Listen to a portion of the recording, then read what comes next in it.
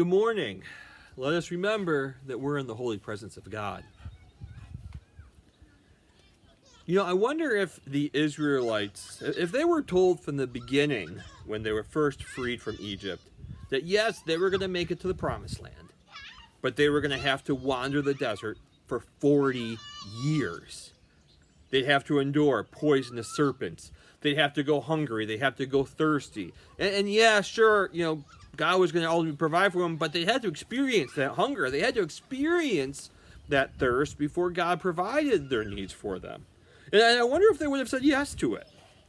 Or for that matter, I wonder if Moses would have said yes had he been told from the beginning that you'd have to put up with these people complaining for 40 years. I have to wonder.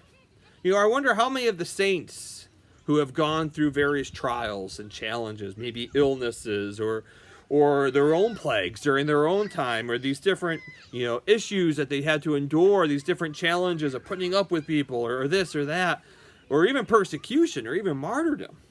I wonder how many of them would have said yes had they been told from the beginning. And yet they got through it. And they are our saints. These people are our spiritual heroes. These people from the scriptures, from the New Testament, from the Old Testament, these people, these lives of the saints, these are our heroes because of what they got through. Had you told me 12 weeks ago that we would still be distance learning, that we would still be going through this pandemic, I thought, there's no way I could get through this. There's no way, as a teacher, I could endure coming up with distance learning lesson plans, completely rethink my whole pedagogy and how I'm going to approach teaching. If I was a student, I would think there's no way I could do this for 12 weeks. Or this job or that job, there's no way I could have endured this, got through this. But yet, here we are.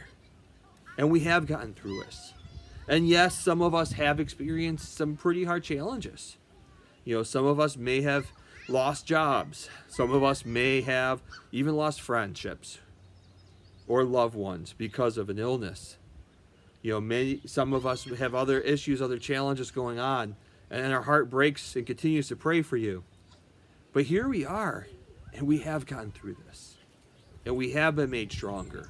We have been made better men and women. And it's a lot to be thankful for. God's grace, God's presence in our lives have helped us to get through this. And maybe there were times in which we really didn't feel God's presence through all this. Maybe that led us to cry, why, God, why would you allow this to happen? And yet here we are, and we have gone through it. And so there is much to be thankful for. And so as we, as our school, go through this last week of classes together, I want you to make some time to take a step back and to think, wow, I got through this. And it's by God's grace and by God's presence that He has made me stronger than I ever thought I could be. There's a lot to be thankful for. And I'm thankful for each and every one of you, and I'm looking forward to seeing you again, hopefully soon, hopefully this fall. Live Jesus in our hearts forever.